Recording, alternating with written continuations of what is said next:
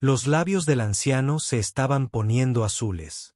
Yasmín observaba desde el otro lado de la calle cómo decenas de personas pasaban a su lado, rodeándolo como si fuera invisible, como si no existiera. El viento cortaba la noche de diciembre, tan cortante, que picaba. Y allí estaba él, temblando, perdido, solo. Ella tenía exactamente $14 en el bolsillo, su último pago por entrega, el dinero que se suponía que le alcanzaría para pasar 3 noches más en el garaje de su primo. No lo hagas, se susurró a sí misma. Sigue moviéndote. Pero sus pies no le obedecían. Esto sucedió hace exactamente 4 horas. En 4 horas más, la vida de Yasmín cambiaría para siempre. Pero en ese momento, no tenía ni idea de que aquel anciano confundido que murmuraba para sí mismo en Park Avenue valía $2.300 millones. No tenía ni idea de que salvarlo le costaría todo lo que tenía. Y definitivamente no tenía ni idea de que al amanecer la acusarían de lo único que jamás haría, robarle a alguien que no podía defenderse.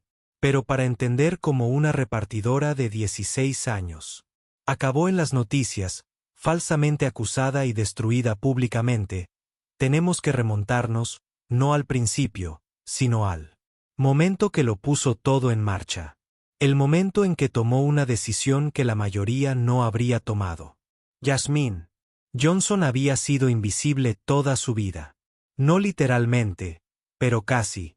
Cuando eres la chica que duerme en un catre en el garaje de alguien, pagando el alquiler con las propinas de reparto de comida, la gente te ignora por completo. Profesores, clientes, incluso la familia. Sobre todo la familia. 3 noches más. Su primo Marcus se lo había dicho esa mañana. Entonces tienes que buscar otra solución. Mi chica está embarazada. Jazz. Necesitamos el espacio. 3 noches, $42 en total. Llevaba $28 ganados ese día. Y la batería de su móvil estaba al 4%. Sin batería no había aplicación de reparto. Sin aplicación, no había dinero. Sin dinero no había dinero para dormir a la intemperie en diciembre en Nueva York. Las cuentas eran sencillas, brutales, pero sencillas. Así que cuando vio al anciano, con su caro abrigo de lana cubierto de suciedad, al que le faltaba un zapato, hablando solo sobre la reunión y la oficina, cada parte lógica de su cerebro le gritó lo mismo: no es tu problema. Sigue tu camino. Pero Yasmín nunca había sido buena con la lógica. Señor, ¿se encuentra bien? El anciano la miró con ojos penetrantes. Demasiado penetrantes para alguien que parecía tan confundido. Por un instante, Yasmín vio un destello en su mirada. Conciencia, tal vez un atisbo de amabilidad. Luego desapareció. Tengo que irme a casa, dijo con voz temblorosa. Necesito. ¿Dónde está Thomas? ¿Siempre está Thomas? No me acuerdo. De cerca, pudo ver los detalles. El abrigo no solo era caro. Era hecho a medida. Su reloj, parcialmente oculto bajo la manga, reflejaba la luz de la calle. Incluso sucio y confundido, todo en él denotaba dinero, lo que significaba que probablemente alguien lo estaba buscando. ¿Tiene teléfono?, preguntó Yasmín. ¿Documento de identidad? ¿Algo con una dirección? Se palmeó los bolsillos, confundido. Yo sabía que estaba la oficina. Necesito llegar a la oficina, pero su mano le agarró la muñeca de repente. No con fuerza, sino con desesperación. Por favor, no sé dónde estoy. Y esto fue lo que Yasmín notó, lo que todos los demás habían pasado por alto. Sus calcetines no combinaban. Uno negro, otro azul marino. Era una tontería. Pero la gente rica, de la que lleva trajes a medida y relojes que cuestan más que un coche, no se olvida de combinar los calcetines a menos que algo vaya muy mal. Alzheimer, susurró Yasmín. O demencia. Te has perdido, ¿verdad? Los ojos del anciano se llenaron de lágrimas. No respondió. No tenía por qué hacerlo. Miró su teléfono. 3% de batería. Miró su bolsa de reparto, donde aún quedaba un pedido que tenía que completar. Miró al anciano cuyos labios se estaban poniendo literalmente azules por el frío. Esto es estúpido, pensó. Esto es increíblemente estúpido. De acuerdo, dijo. Vamos a resolver esto. No tenía ni idea de que acababa de tomar la decisión más importante de su vida. Recuerda su dirección, su nombre. ¿Algo? El rostro del anciano se contrajo con concentración. Williams. Reynolds Williams. Vivo en la casa grande. ¿La que tiene? Su voz se apagó, frustrada. Reynolds Williams. Yasmín. Sacó su teléfono. 2% de batería, y buscó rápidamente el nombre. Los resultados cargaron lentamente, con una agonía. Entonces, su pantalla se iluminó. Reynolds Williams, multimillonario industrial y filántropo que celebra 50 años en la industria manufacturera. Sus ojos se abrieron de par en par. Reynolds Williams anuncia su jubilación. En medio de problemas de salud. La familia Williams preocupada tras la santa. No se trataba de un anciano cualquiera. Era Reynolds Williams. El hombre que era dueño de la mitad de las fábricas del noreste. El hombre cuyo nombre estaba en los edificios y que estaba parado frente a ella. Temblando y perdido, mientras cientos de personas habían pasado justo a su lado. Su teléfono se apagó. Perfecto. De acuerdo, señor Williams, dijo Yasmín, recuperando la compostura. ¿Recuerda dónde está la casa grande? ¿En qué calle? Thomas. Lo sabe, repetía. Thomas siempre me lleva. ¿Dónde está Thomas?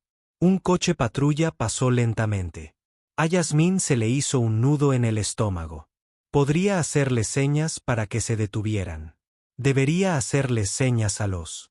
Estaba desanimada, pero entonces pensó en la última vez que había tratado con la policía, cuando desalojaron el campamento de personas sin hogar donde se había estado alojando hacía 2 meses.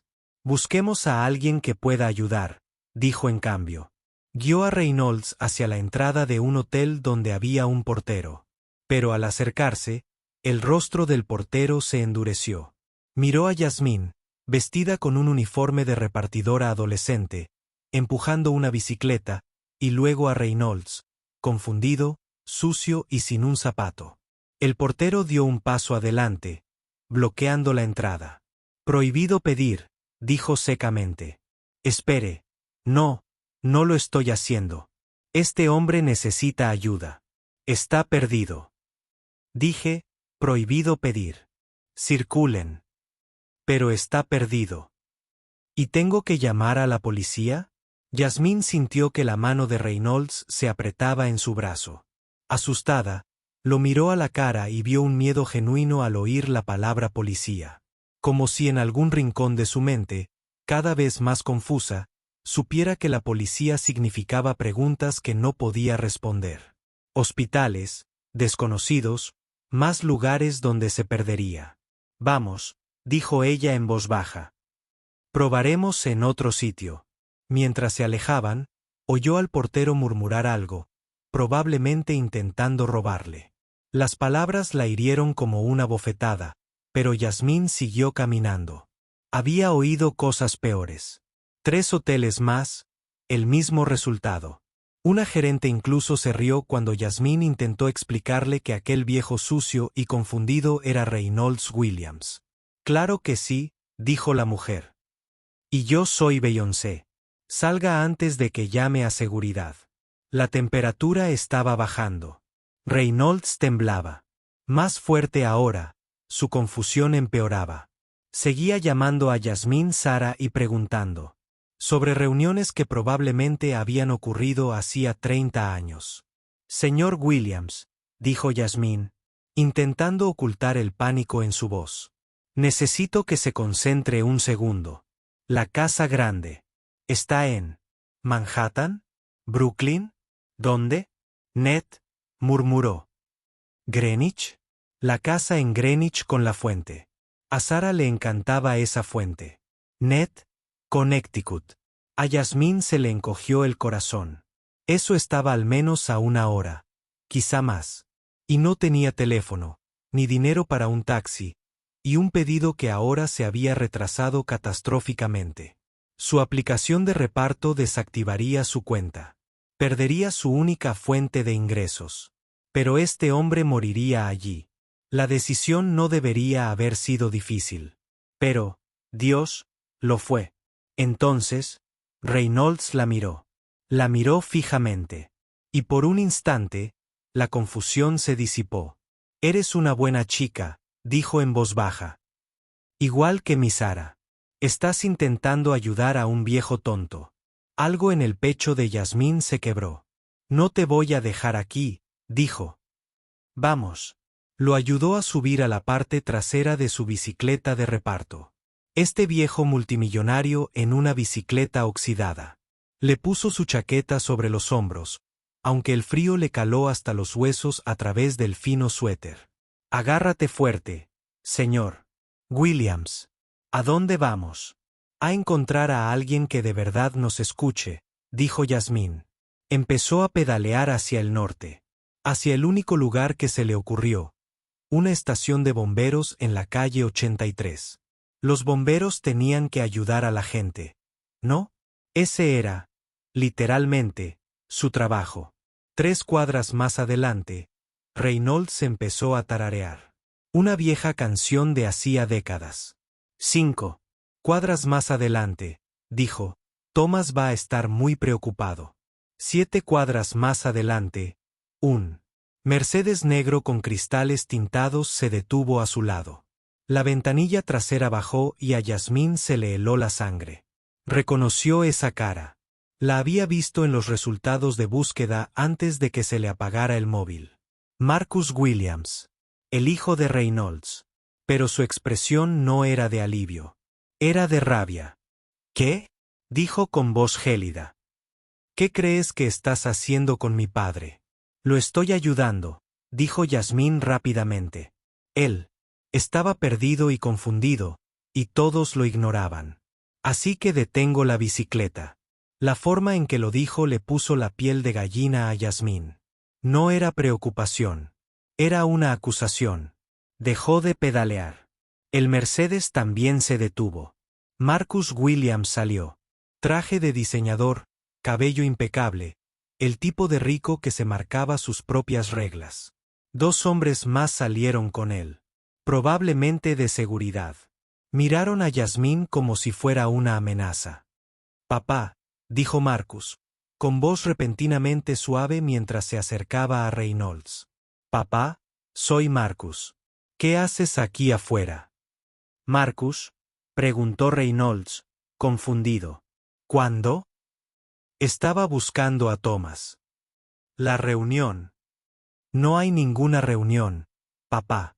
Te alejaste de las instalaciones otra vez». Marcus se volvió hacia Yasmín. Su voz se volvió fría de nuevo. «¿Le robaste algo?» «¿Qué? No. Estoy tratando de ayudar».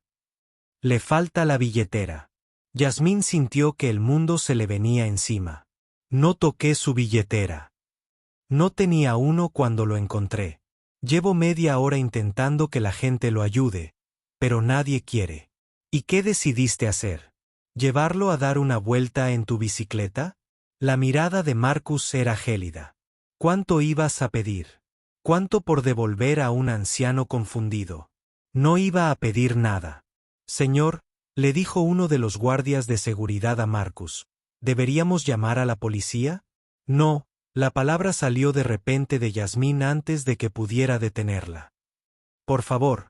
Juro que solo intentaba ayudarlo. Estaba congelado y perdido, y todos pasaban de largo como si no existiera. «¿Y tú? ¿Esperas que me crea?», dijo Marcus lentamente. «¿Que tú, una repartidora cualquiera, te encontraste por casualidad con uno de los hombres más ricos de Nueva York, y que casualmente lo subiste a tu bicicleta?» ¿Y qué casualmente lo llevabas a dónde exactamente? A una estación de bomberos para que lo ayudaran a llegar a casa sano y salvo, con su cartera convenientemente desaparecida.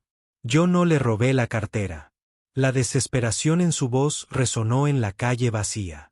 Reynolds, que había permanecido en silencio durante todo esto, de repente tomó la mano de Yasmín. Es una buena chica, dijo con claridad. Como Sara, está ayudando.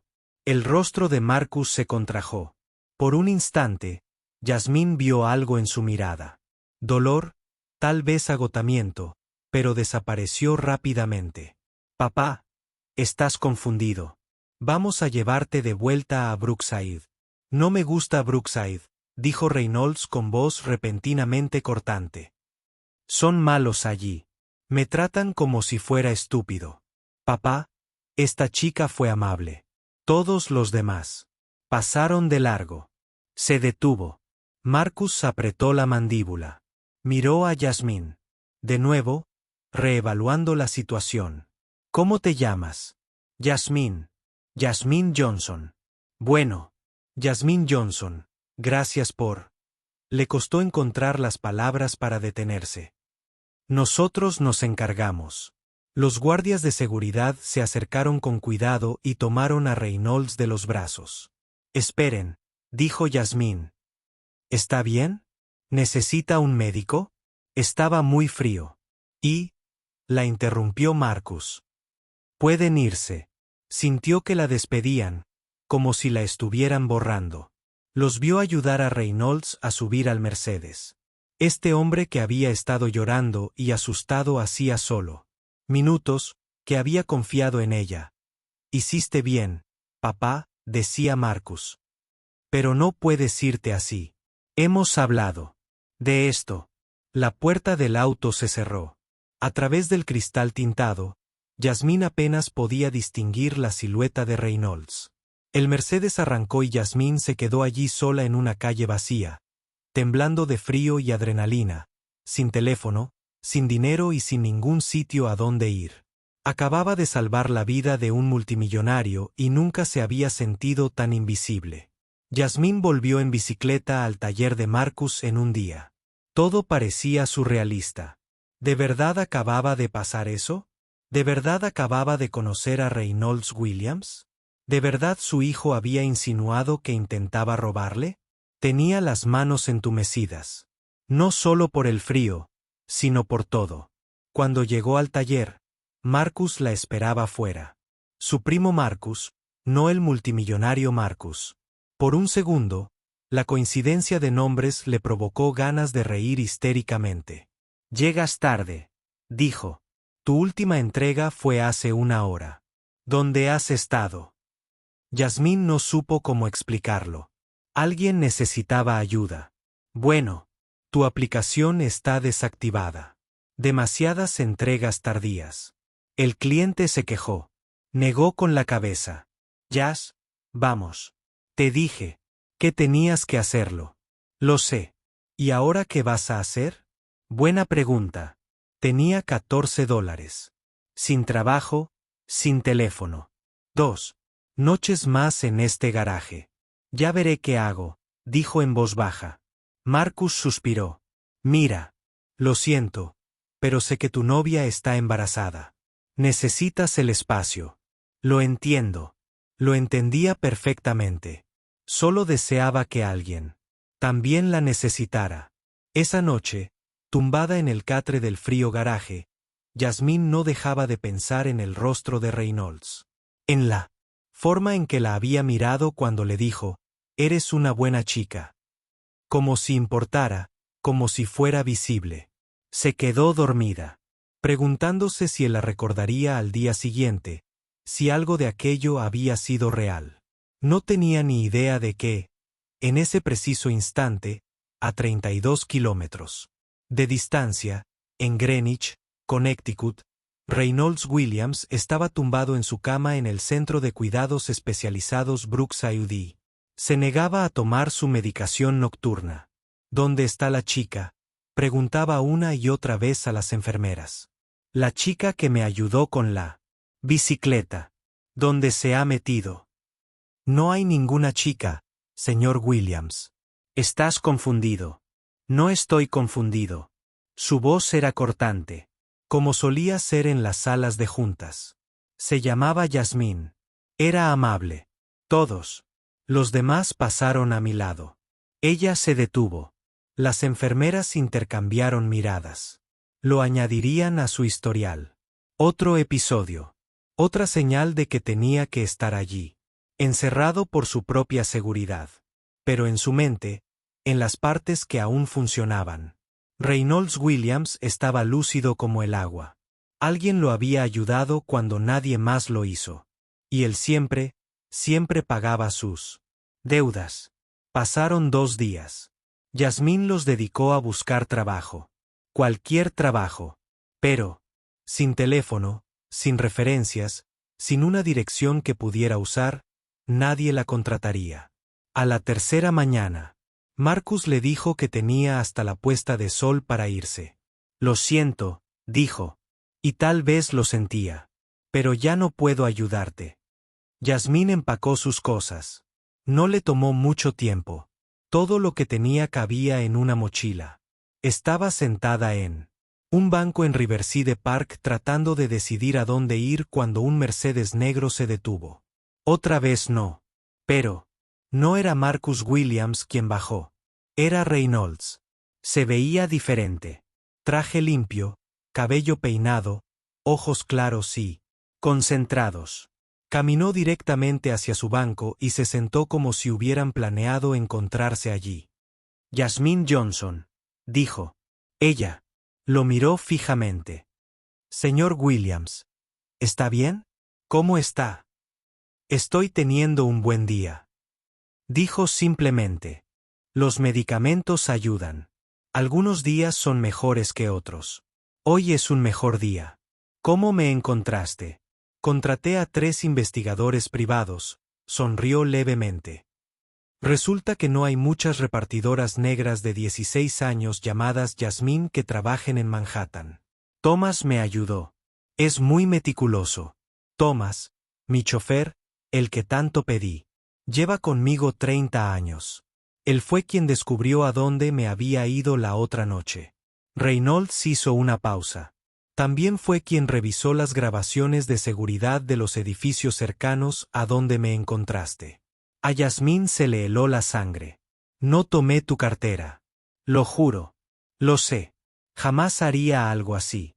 Se detuvo. ¿Qué? Mi cartera está en una alcantarilla en Park Avenue. Se me cayó mientras estaba confundida. Las grabaciones muestran cómo cae, y luego muestran que me encontraste 15 minutos después de haberla perdido. Su voz se suavizó. Las imágenes también muestran a 17 personas pasando a mi lado, rodeándome. Algunos incluso se rieron. Yasmín no sabía qué decir. Me diste tu chaqueta, continuó Reynolds. Intentaste conseguirme ayuda en 3 hoteles distintos. Me subiste a tu bicicleta aunque eso significara perder tu trabajo. Hiciste todo eso por un anciano confundido al que creías que era un indigente. La voz de Yasmín se quebró. Necesitabas ayuda. La mayoría de la gente no ve la necesidad. Ven un inconveniente. Reynolds la miró. La miró fijamente. Mi hijo vio a un ladrón potencial. Esos porteros vieron un problema que solucionar. Los demás no vieron nada en absoluto. ¿Qué viste tú? Preguntó Yasmín. Alguien como mi hija. Sus ojos brillaron. Sara. Falleció hace 3 años. Aneurisma cerebral. Tenía 20 años. Tenía lo mismo que tú. Ella también se habría detenido. Un silencio se extendió entre ellos. Señor Williams, ¿qué hace aquí? Reynolds Williams sacó un sobre. Porque te debo un favor. Y porque he dedicado 50 años a construir empresas, ganar dinero, cerrar tratos. Pero estoy perdiendo la cabeza. Yasmín. Poco a poco. Cada día un poco más desaparece. Mi hijo cree que debería estar encerrado en Brookside. Quizás tenga razón. Pero antes de olvidarlo todo, Antes de olvidar incluso los buenos días, quiero hacer algo que importe. Le entregó el sobre. No entiendo, dijo Yasmín. Ábrelo. Dentro había una llave y una carta. Leyó la carta 2 veces porque no podía ser real. Esto es. Levantó la vista, con los ojos muy abiertos. Dice que me van a dar una beca completa y un trabajo. ¿Y esta es una dirección? Es un apartamento. Pequeño pero seguro. La beca es para la universidad que quieras, incluyendo programas de GD si necesitas terminar la secundaria primero. El trabajo es con mi fundación. Estamos creando un nuevo programa para jóvenes en riesgo. Necesito a alguien que entienda lo que significa ser ignorado, ser invisible. Señor Williams, no puedo. Usted sí. Lo hará. ¿Pero por qué? Reynolds se levantó lentamente. Porque la bondad sin recompensa es la moneda más escasa del mundo. ¿Y por qué? Su voz se quebró ligeramente. Porque quiero recordar haber hecho algo bien antes de olvidar cómo recordarlo todo. Yasmín miró la llave que tenía en la mano, la carta, a ese anciano que acababa de cambiarle la vida por completo. Hay una condición, dijo Reynolds. Ahí viene, pensó Yasmín. La trampa. Devuélvelo como puedas, cuando puedas. Ayuda a alguien más como me ayudaste a mí. Las lágrimas corrían por el rostro de Yasmín. Asintió, incapaz de hablar. Reynolds comenzó a caminar de regreso a su auto, pero se detuvo. Mi hijo no aprueba esto. Cree que se están aprovechando de mí, que mis episodios me hacen vulnerable a la manipulación. Así que, si aceptas esto, debes saber que no será fácil. La gente te cuestionará, te juzgará, supondrá lo peor. Estoy acostumbrada a eso, dijo Yasmín en voz baja. Lo sé. Por eso, eres perfecta para esto, sonrió. La reunión de la fundación es mañana a las 10. A.M. Thomas te recogerá en tu nuevo apartamento a las 9:30. No llegues tarde. El Mercedes se alejó. Yasmín se quedó sentada con la llave de un apartamento, una carta de beca y un futuro que no se había atrevido a imaginar. Había salvado la vida de un anciano. Y de alguna manera, él le había salvado la suya. Pero lo que ella no sabía, lo que ninguno de los dos sabía, era que Marcus Williams ya estaba haciendo llamadas. Y para mañana por la mañana, el rostro de Yasmín estaría en las noticias con una historia muy diferente. Mañana, todo estallaría. Pero esta noche, Yasmín Johnson durmió. En una cama por primera vez en meses. Y por unas pocas horas, el mundo pareció tener espacio para personas como ella. Deja un comentario. ¿Te habrías detenido a ayudarla? Sé honesto. Y. Dale a me gusta si quieres ver qué sucede cuando la bondad de Yasmín se convierte en algo feo. Yasmín despertó con la luz del sol. Luz de verdad. No la tenue luz gris que se filtraba por la ventana del garaje. El sol de la mañana entrando a raudales por las cortinas de un apartamento que era suyo. Por un segundo, se quedó, tumbada, con miedo de moverse, con miedo de que fuera un sueño. Entonces sus ojos se fijaron en la llave que estaba sobre la mesilla. Mesita de noche. De verdad. Saltó de la cama, una cama de verdad con un colchón de verdad, y miró la hora en el reloj de pared. 8:47 de la mañana. Thomas la recogería en 43 minutos. Se duchó rápidamente, maravillada de que el agua caliente no se acabara a los 3 minutos, y se puso la ropa más limpia que tenía. Su uniforme de reparto era lo único que poseía que no estuviera roto. A las 9:30 en punto, sonó el timbre. Thomas era mayor de lo que esperaba, unos 60 y tantos años, quizá. Traje negro, ojos amables y una sonrisa dulce que la tranquilizó. Señorita Johnson, dijo. El señor Williams está deseando verla. El Mercedes estaba cálido, con asientos de cuero y música suave. Yasmín mantuvo las manos en el regazo, temerosa de tocar nada. El señor Williams. Habla muy bien de usted, dijo Thomas mientras conducían. Apenas me conoce. Él sabe lo que importa. Thomas la miró por el retrovisor. He trabajado para Reynolds Williams durante 30 años. Lo he visto tomar decisiones multimillonarias sin pestañear, pero nunca lo había visto actuar con tanta rapidez como para encontrarte. ¿Por qué? La pregunta salió disparada antes de que Yasmín pudiera detenerla. ¿Por qué haría todo esto por alguien como yo? ¿Alguien como tú? Repitió Thomas en voz baja. ¿Te refieres a alguien que mostró un mínimo de decencia humana? Señorita Johnson, ¿sabe lo raro que es eso? Antes de que Yasmín pudiera responder, el teléfono de Thomas sonó por los altavoces del coche. Thomas, pon las noticias. Era la voz de Reynolds, tensa por la ira. Canal 7 ahora. Thomas pulsó un botón. La radio cambió a un canal de noticias a mitad de la frase. Preguntas sobre el multimillonario Reynolds Williams y acusaciones de explotación. Según fuentes cercanas a la familia, Williams, quien padece demencia avanzada, podría haber sido víctima de una adolescente que a Yasmín se le heló la sangre. Yasmín Johnson, de 16 años, conoció a Williams durante uno de sus episodios y desde entonces ha recibido importantes donaciones, incluyendo un apartamento y una beca. Marcus Williams, hijo y apoderado de Reynolds, afirma que su padre no está en condiciones mentales para tomar tales decisiones. Apágalo, la voz de Reynolds interrumpió el silencio. El silencio llenó el coche. Yasmín no podía respirar.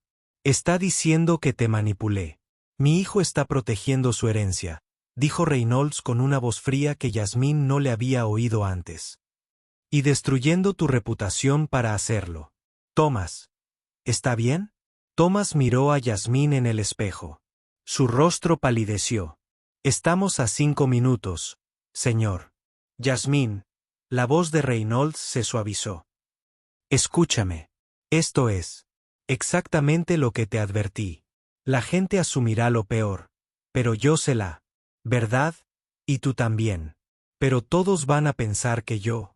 Ella ni siquiera pudo terminar la frase. Que piensen. Sabemos lo que pasó. Eso es lo que importa. Pero cuando Thomas llegó al edificio de la Fundación Williams, una reluciente torre de cristal en el centro de la ciudad, Yasmín vio las camionetas de noticias. 5 en total, y todas la estaban esperando. Señorita Johnson.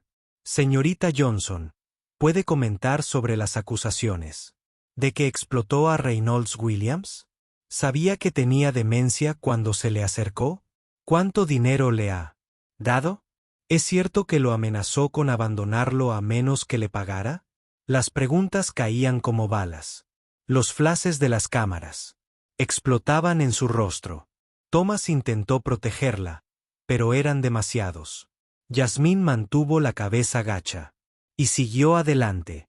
Dentro del edificio, los guardias de seguridad sujetaban a la reportera, pero Yasmín aún podía oírlos gritar a través de las puertas de cristal. Por aquí, señorita Yasmín. Thomas la condujo a un ascensor privado. Reynolds la esperaba. En una sala de conferencias del último piso. Parecía cansado, mayor que ayer, pero sus ojos seguían agudos. Lo siento, dijo de inmediato. Debí haberlo previsto. ¿Qué está pasando?, preguntó Yasmín con voz temblorosa. ¿Por qué dicen esas cosas? Porque mi hijo presentó una demanda esta mañana. Alega que no soy mentalmente competente para tomar decisiones financieras. Te está usando como prueba de que me están manipulando. Pero eso no es cierto. Lo sé, pero la verdad y la percepción son cosas distintas. Reynolds señaló una silla. Siéntese, por favor. No tenemos mucho tiempo. ¿Tiempo para qué? Marcus está solicitando la tutela de emergencia. Hay una audiencia esta tarde. Si gana, todas mis decisiones financieras de la última semana se revertirán, incluyendo todo lo que he hecho por ti. Yasmín sintió náuseas. Entonces, perderé el apartamento. La beca. Sí. Y todos pensarán que soy una especie de estafadora que se aprovecha de ancianos enfermos. Reynolds hizo una mueca. Sí. Silencio. Entonces Yasmín se puso de pie. Está bien. Está bien. Devuélvemelo. El apartamento, la beca, todo. No quiero ser la razón por la que pierdas el control de tu propia vida. No quiero. Siéntate, dijo Reynolds con firmeza. Señor Williams, siéntese. Ella se sentó. Reynolds se inclinó hacia adelante. ¿Sabes qué es lo peor de perder la cabeza? No es el olvido. Es el hecho de que todos asumen que te has perdido por completo, que no puedes tomar tus propias decisiones, que cada decisión que tomas debe ser confusión o manipulación. Le temblaban las manos. No por la edad, sino por la rabia. Tengo demencia, Yasmín. Olvido cosas. Me confundo. Algunos días no sé dónde estoy. Pero sigo siendo yo. Todavía soy capaz de saber cuándo alguien me muestra verdadera bondad. Todavía soy capaz de querer hacer algo bueno antes de que mi mente se apague por completo. Pero si tu hijo toma el control, entonces lucharemos. La voz de Reynolds era firme. He dedicado 50 años a luchar por mis empresas. Puedo dedicar mis últimos días a luchar por algo que realmente importa. Llamaron a la puerta. Entró una mujer con un elegante traje. Señor Williams, soy Catherine Torres. Me llamó su abogado. Necesitamos prepararnos para la audiencia. Catherine miró a Yasmín con una expresión difícil de descifrar, ni hostil ni amistosa. Eres Yasmín Johnson. Sí, entiendes que hoy te van a presentar como una depredadora. Que Marcus Williams tiene un equipo de abogados listos para destrozar cada momento que pasaste con su padre. Que van a cuestionar tus motivos, tu carácter. Todo. No hice nada malo, dijo Yasmín en voz baja. Eso no importa. Lo que importa es lo que crea el juez. Catherine abrió su maletín. Así que tenemos que poner nuestra versión. Clara y rápido. La audiencia empieza en 3 horas. La sala del tribunal era más pequeña y fría de lo que Yasmín esperaba. Marcus Williams estaba sentado a un lado con 3 abogados. Reynolds estaba sentado al otro, con Catherine.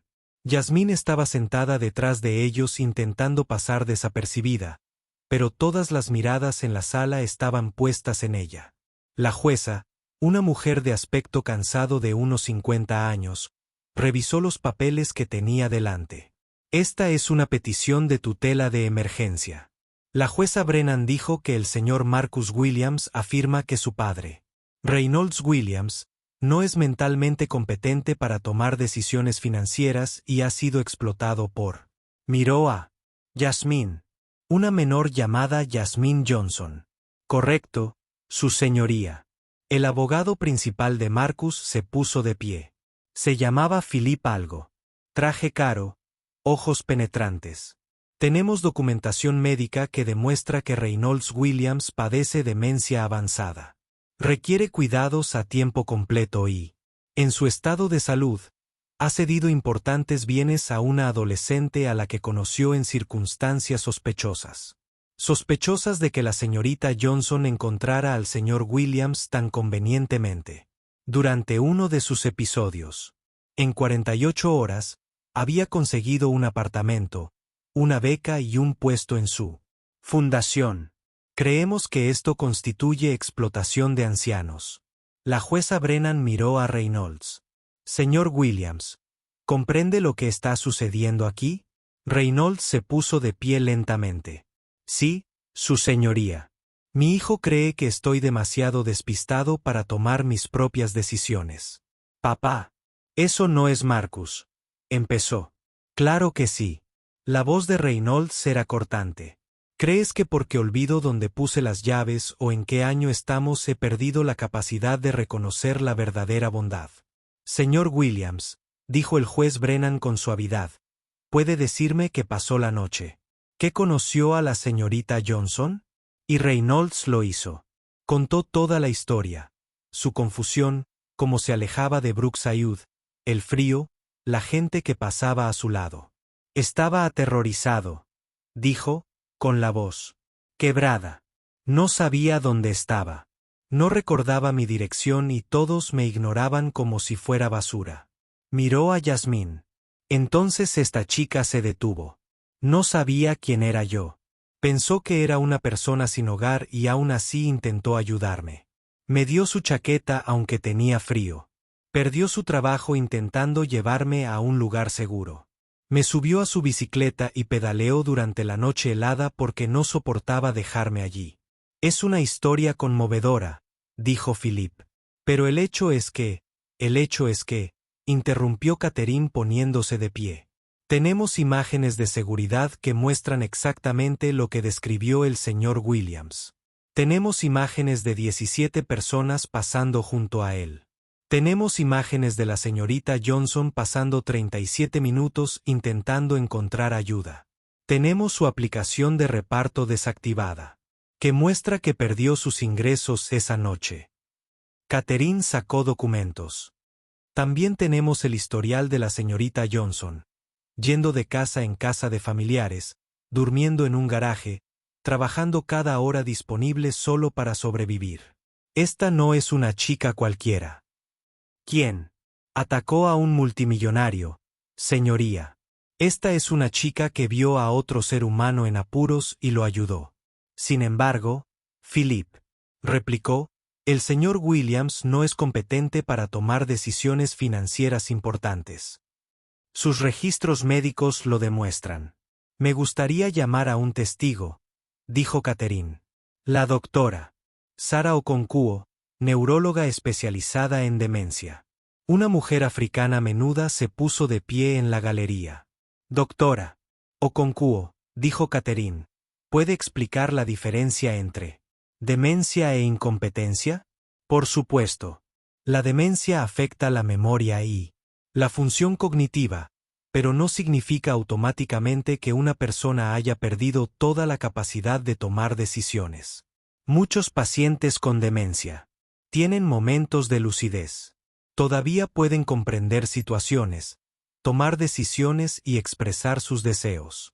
En su opinión profesional, ¿puede alguien con? ¿Acaso las personas con demencia aún reconocen la bondad genuina? Absolutamente. De hecho, el reconocimiento emocional suele permanecer intacto incluso cuando otras funciones se deterioran. Así que, si el señor Williams dice que quiso ayudar a la señorita Johnson porque ella le mostró bondad, esa es una motivación perfectamente válida. Incluso con su condición. Philip se levantó de un salto. Pero le dio un apartamento, una beca. Eso no es gratitud. Eso es explotación. Y aquí es donde Catherine sonrió. Su señoría, nos gustaría presentar el desglose financiero completo.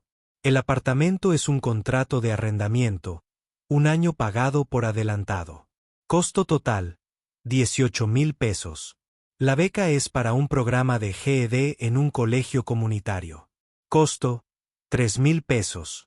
El puesto en la fundación paga 15 pesos por hora a tiempo parcial. Catherine hizo una pausa. El total de las donaciones asciende a aproximadamente 27,000 pesos. El señor Reynolds Williams tiene un patrimonio de 2.300 millones de pesos. Eso es el 0.0012% de su patrimonio neto. El equivalente a alguien que gana 50.000 al año regala 60 centavos. La sala quedó en silencio. 60 centavos, repitió Catherine.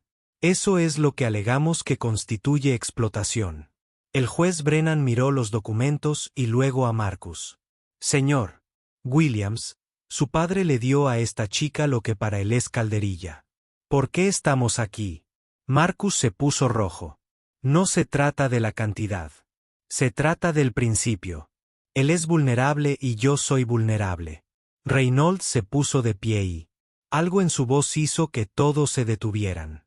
Soy vulnerable porque tengo demencia. Tiene razón. ¿Pero sabe qué es más vulnerable?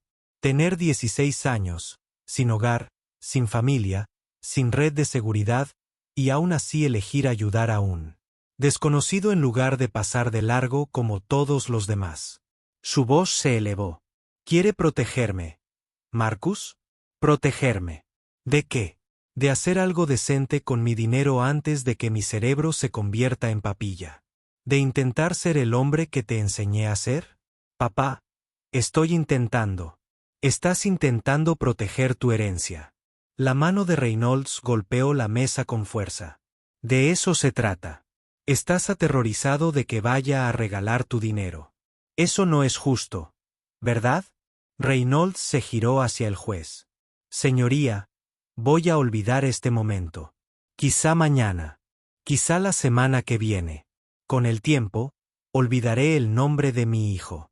Olvidaré mi propio nombre. Pero ahora mismo, en este momento, sé exactamente lo que estoy haciendo. Le estoy dando a una chica que me demostró dignidad una oportunidad de vivir. Eso no es incompetencia. Es lo mejor que he hecho en años. Silencio. Entonces Yasmín se puso de pie. Basta. Todos la miraron. Señorita Johnson, dijo el juez Brennan. No lo está haciendo. Lo sé, pero necesito decir algo.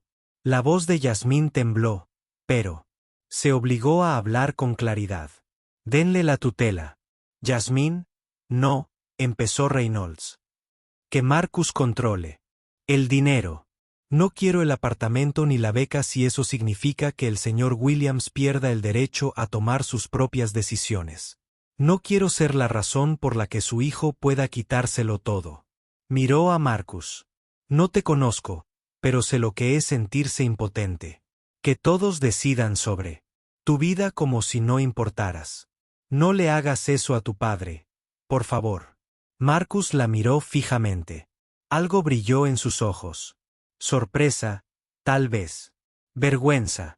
La jueza Brennan se reclinó en su silla. Señorita Johnson, ¿entiende lo que está diciendo?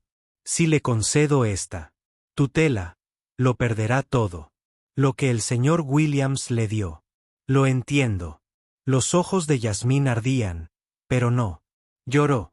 Pero al menos sabré que hice lo correcto 2 veces. La jueza miró a Reynolds, a Marcus, a Yasmín. Este tribunal está en receso durante 30 minutos. Todos permanezcan en sus lugares. Se levantó del estrado y Yasmín se sentó, sintiendo que acababa de renunciar a lo único bueno que le había pasado en la vida. Pero de alguna manera aún podía respirar. Los 30 minutos se sintieron como horas. Reynolds se sentó con la cabeza entre las manos. Catherine le susurró con urgencia. Marcus y sus abogados hablaban en voz baja.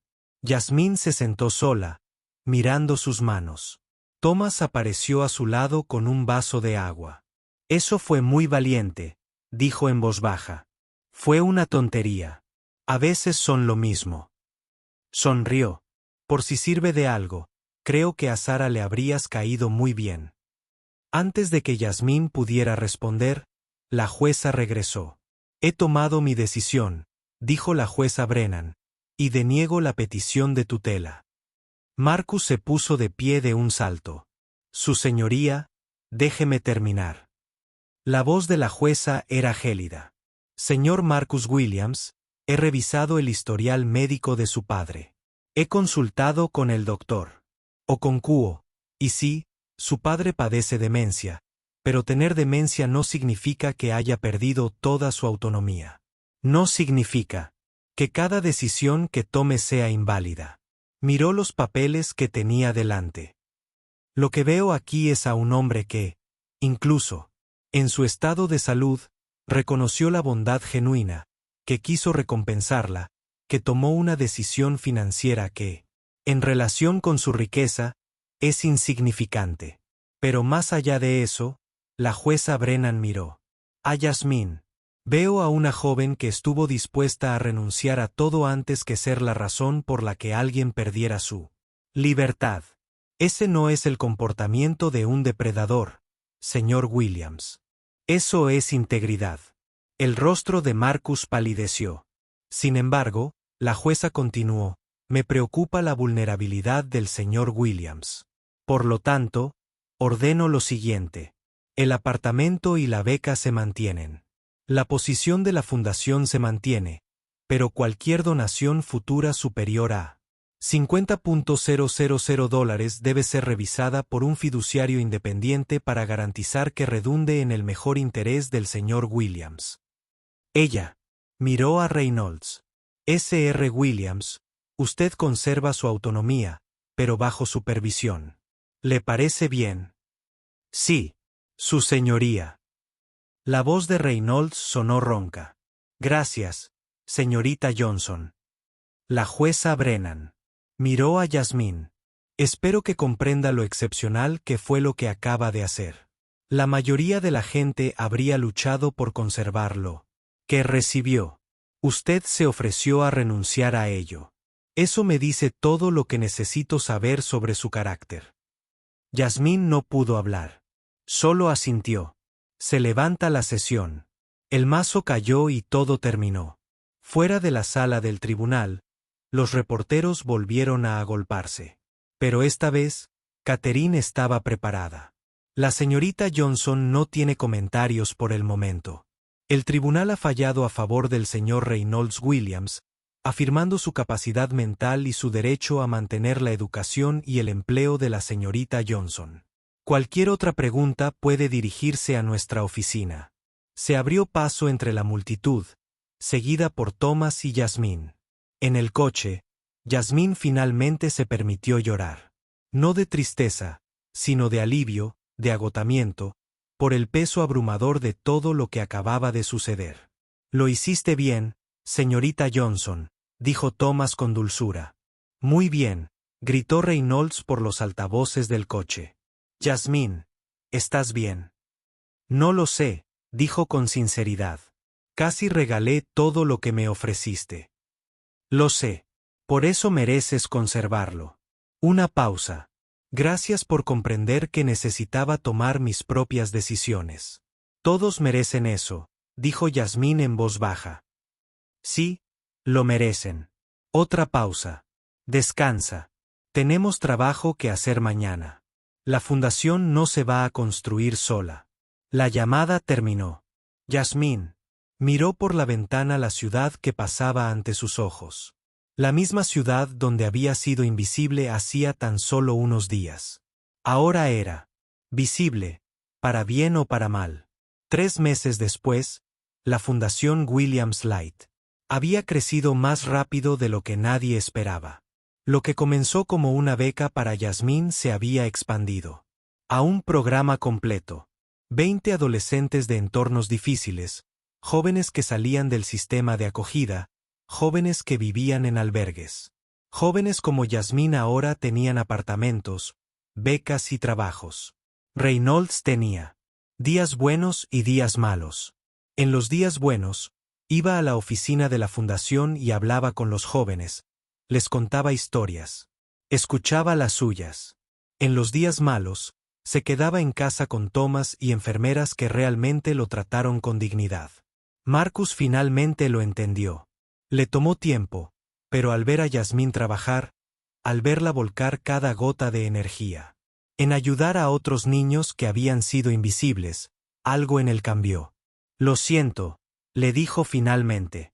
Pensé que te estabas aprovechando. No podía ver que simplemente eras humana. Está bien, dijo Yasmín, y lo decía en serio. Esa noche, Yasmín estaba frente a 40 personas en un centro comunitario. Donantes, posibles socios, personas que querían ayudar. Mi nombre es Yasmín Johnson, dijo, con voz firme ahora. Hace 3 meses. Dormía en un garaje y trabajaba como repartidora solo para sobrevivir. Era invisible. La mayoría de la gente me ignoraba. Hizo una pausa. Entonces, una noche, vi a otra persona que era invisible. Un anciano, perdido y con frío, al que todos ignoraban. Y tomé una decisión. Me detuve. Ayudé. Y esa decisión lo cambió todo. Señaló a los niños sentados en la primera fila, sus compañeros de la fundación. Son los niños que todos ignoran. Aquellos a quienes la sociedad ha decidido que no importan. Pero sí importan. Todos y cada uno de ellos, y la Fundación Williams Light existe para demostrarlo. Los aplausos llenaron la sala. Después de la presentación, Reynolds la encontró. Fue un buen día. Tenía la mirada clara. Sara habría estado orgullosa, dijo. De los dos. Ojalá la hubiera conocido. En cierto modo, sí. Eres igual que ella, sonrió. Obstinada, compasiva, demasiado bondadosa. ¿Es eso malo en este mundo? A veces. Pero también es lo que cambia el mundo. Le apretó la mano. Sigue cambiándolo. Yasmín. Incluso cuando olvide tu nombre, sigue cambiándolo. 2 años después, Reynolds Williams falleció mientras dormía. Fue una muerte tranquila. Thomas estaba con él. La fundación que él había creado con un acto de bondad recíproca, había crecido hasta atender a 300 niños en 5 ciudades.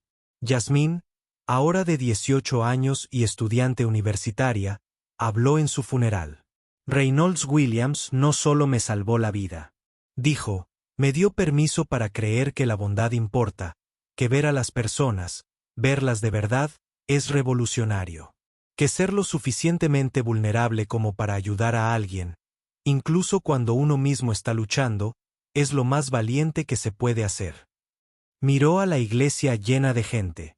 Él me vio cuando yo era invisible. Así que voy a dedicar el resto de mi vida a asegurarme de que nadie más tenga que ser invisible. Y lo hizo. La Fundación Williams Light sigue funcionando hoy en día. Ha ayudado a miles de niños. Todo porque una niña decidió detenerse. Un anciano decidió recordar que la bondad nunca se desperdicia. El hogar no es un lugar. Es el momento en que alguien te ve. Te ve de verdad y decide que importas. Reynolds le dio eso a Yasmín, y ella se lo ha dado a miles más. ¿Cuál es tu historia? ¿Alguna vez has ayudado a alguien y te han acusado de tener segundas intenciones? ¿O alguien te ha ayudado cuando más lo necesitabas? Comparte tu historia en los comentarios. Tu historia importa. Y si esto te conmovió, si sentiste algo, suscríbete, porque estas son las historias que necesitamos. Historias que nos recuerdan que en un mundo que nos enseña a ignorarnos, detenernos podría ser lo más poderoso que podemos hacer. Nos vemos en el próximo video.